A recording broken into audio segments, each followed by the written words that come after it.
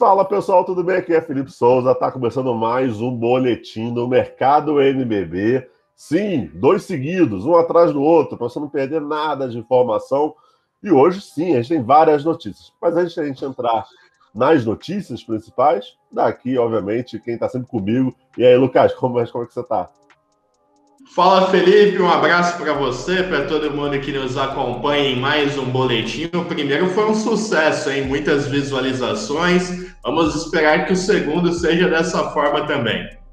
Por favor. E lembrando, pessoal, curta, compartilha, segue a gente, se inscreve aqui no YouTube para poder ficar sempre ligado nas notícias, principalmente do basquete nacional. Nos ajuda bastante também. Então, vamos lá. Rocha, a gente já falou no Esporte do Basquete sobre as renovações, possíveis renovações do Cauê e do Sommer no Paulistano. Também falamos da possível ida, que está muito perto, né, muito próximo, texto seu até, sobre Gui Abreu e Dikembe no Pinheiros. E também a gente comentou lá que o Silver deve ficar assim, o famoso Lucas Pipoca deve ficar no Corinthians. Alguma dessas movimentações te surpreendeu, Rocha? Nada muito surpreendente, né, Felipe? A manutenção do Cauê e do Sommer no Paulistano era uma ideia de continuidade mesmo do Paulistano. Eles foram muito bem nessa temporada, em que pese aquela lesão do Sommer que tirou ele de boa parte do NBB, mas quando ele voltou em um nível impressionante. E é um jogador muito interessante no sentido de oferecer muito à equipe. Muitas vezes ele não vai ser aquele pivô, aquele 4 de 20 pontos por jogo, mas ele vai preencher bem a estatística. Ele vai ser um jogador que vai pontuar, que vai pegar rebotes, que vai dar passes importantes, que vai fazer o que eles chamam de deflection, né? Aquele tapinha para não deixar o passe entrar fácil. Eu gosto muito do Sommer e, na minha opinião, é uma permanência super acertada do paulistano. E o Sommer vai voltar a trabalhar com o Demetrios, que, salvo engano, lá em Limeira, foi quem projetou o Sommer para a equipe adulta. Não só ele, como o Derek também. Foi o Demetrios que deu essa primeira oportunidade no adulto para eles. E o Cauê é um grande jogador. O Cauê escolhe time nessa temporada. E se ele escolheu a permanência dele no paulistano, certamente é porque a condição, não só financeira, mas a condição de projeto foi boa para ele permanecer por lá. O Silvert no Corinthians era também uma fava contada nesse sentido de ser um jogador que se adaptou muito bem à realidade do time. É um jogador que o Léo Figueiredo gosta muito também, então duvido que o Léo colocaria algum empecilho nessa renovação do Silvert. E a questão dos outros dois garotos, né, o Gui Abreu e também o Dikembe, já mostra que o Pinheiros vai continuar apostando nos jovens. E mais do que isso, né, a gente vai poder falar mais também da questão da LDB, que agora passa a ser sub-22, e tanto o Gui Abreu quanto o Dikembe, eles são nascidos em 99, então tem idade para jogar a LDB nessa temporada. Total. Agora a pergunta que fica para o torcedor e para o nosso assinante, para o nosso espectador Pinheiros vai querer ganhar LDB ou NBB? Porque o time que está montando é um time muito jovem para brigar forte pela LDB. Corinthians chegou até a comentar sobre Fuller, também seguiu mesmos passos do Lucas Silver. Além do Fuller, o que a gente também vem apurando é que tem outros nomes também nessa lista. O próprio Arthur Bernat e Malcolm Miller também são prioridades no Corinthians para a próxima temporada. Agora, Rocha, vamos falar um pouco da grande novela. E grande novela porque ganhou um novo capítulo. Franca que está perto de contratar Jorginho e Lucas Mariano, pelo que a gente vem apurando há algum tempo, ganhou a novela do Júlio Casares, atual presidente do São Paulo, entrando para poder conversar com os dois atletas. Depois de uma pressão política, uma pressão de torcedores, ele senta para conversar com os dois. Na sua opinião, Rocha, no seu entendimento de tanto tempo acompanhando esse mercado de transferências, você acha que ainda tem jeito do São Paulo mudar a cabeça dos dois e continuar no tricolor paulista?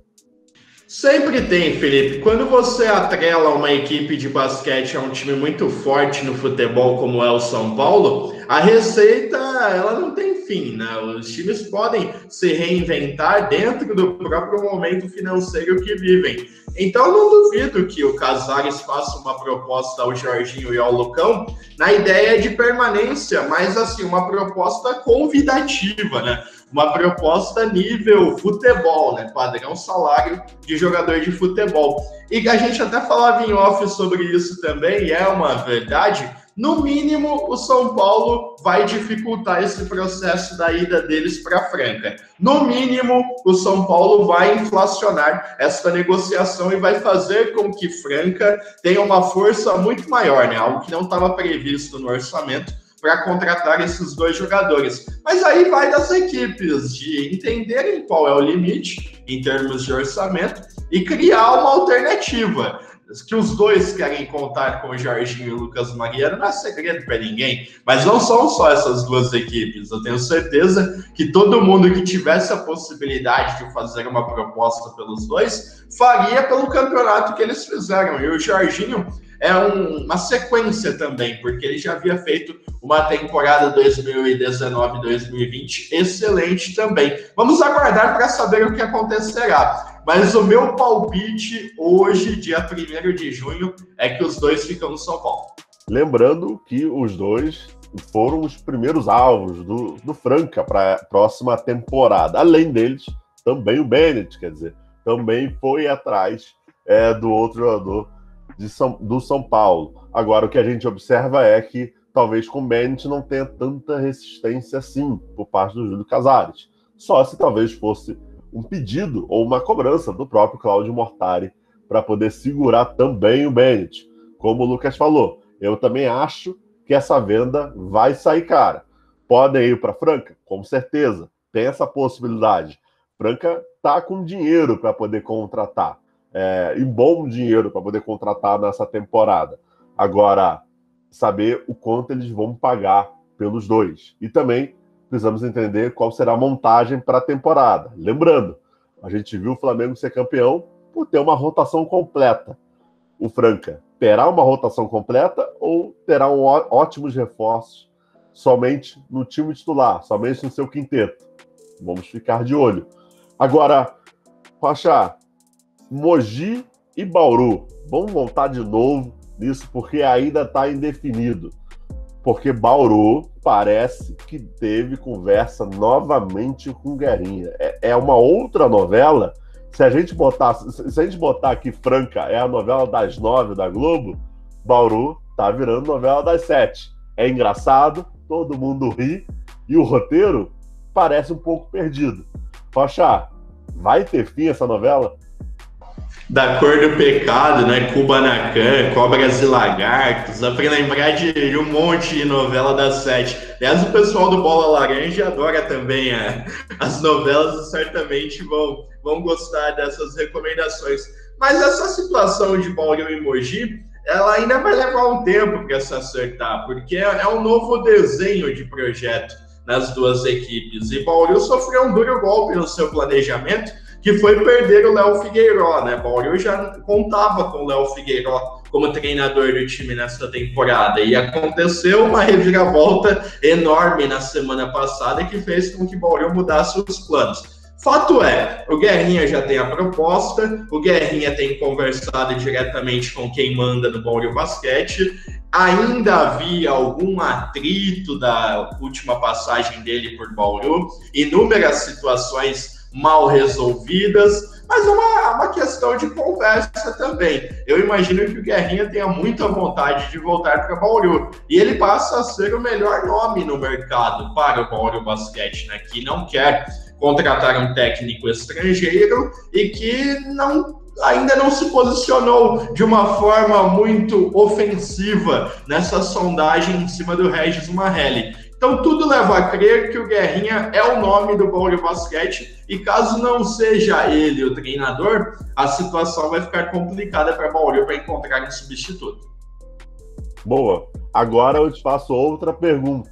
Essa vontade do Guerrinha retomar lá o seu cargo no Bauru tem a ver com a possibilidade de não ter mais espaço no Mogi?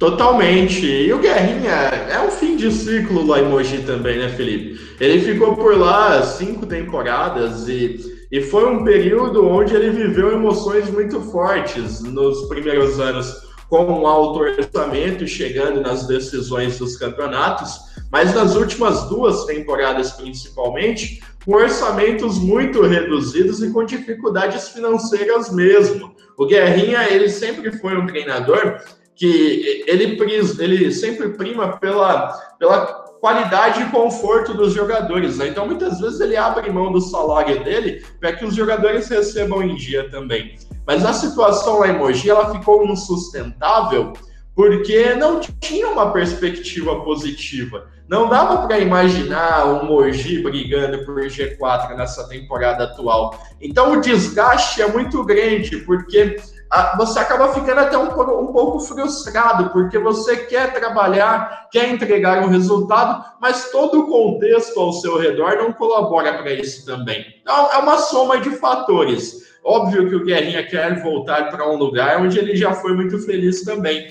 Só que não vai voltar a qualquer custo. Ele vai voltar em uma condição boa. E se Bauru não oferecer essa condição boa, eu acredito que ele não aceite a proposta de Bauru também. Boa, boa. Agora, vamos trazer as últimas informações que falaram nas redes sociais. Quero saber de você se procede ou não.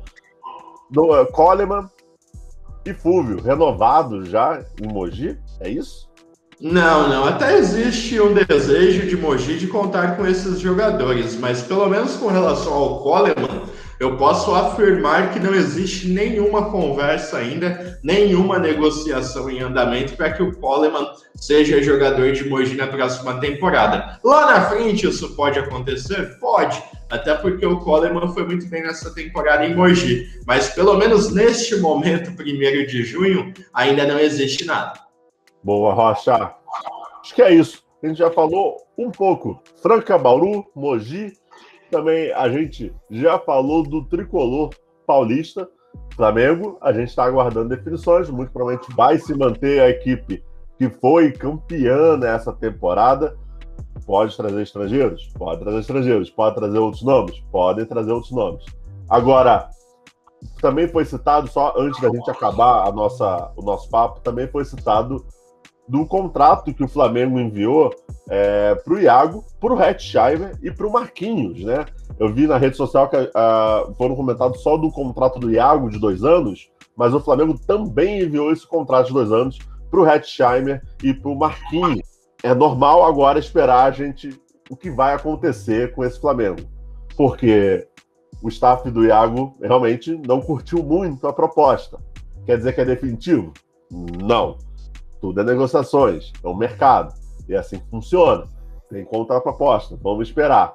Mas a possibilidade do Hetzheimer e do Marquinhos ficar é grande, porém, um asterisco muito grande.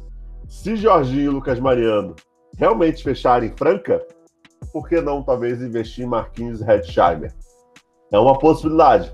Fica aí, é o questionamento para o tricolor paulista. Nesse momento, Palocha. Não, eu tô sentindo falta da Unifacisa nesse mercado, hein, Felipe? Cadê o pessoal de Campina Grande que na temporada passada entraram cedo, já se movimentaram antes de todo mundo? A Unifacisa tá fazendo falta nesse início de mercado, hein?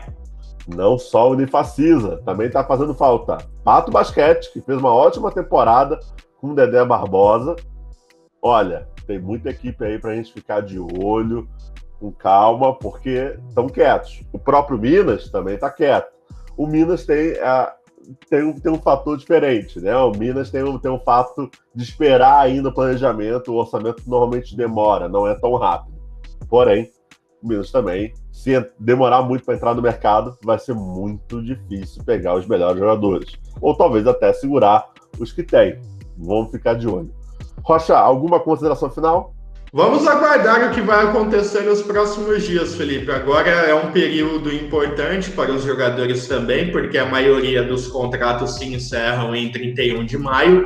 Então, daqui para frente, essas sondagens passam a serem mais fortes, né? Passam a se tornarem propostas também, e os jogadores vão definindo o seu futuro pouco a pouco, também conforme as equipes vão definindo um caminho a seguir. A tendência é que nós tenhamos um NBB mais uma vez com 16, 17, quem sabe até 18 equipes, até porque muitas equipes também estão se estruturando para voltar. Caso do Rio Claro, caso do São José, essas duas já têm o direito associativo da Liga Nacional, e é claro que o convênio com o CBC é ultra convidativo nesse sentido, de custear boa parte das viagens. E ainda tem a questão do União Corinthians, né? O União Corinthians também deve pintar na próxima temporada, pelo menos para tentar pleitear essa vaga no NBB.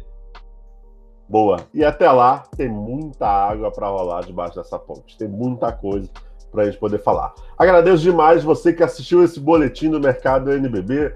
Não esqueça de se inscrever no canal, curtir, compartilhar também e falar para a gente o que você está achando, qual jogador que falta no seu time, quem pode ser contratado ou quem deve ir embora da sua equipe.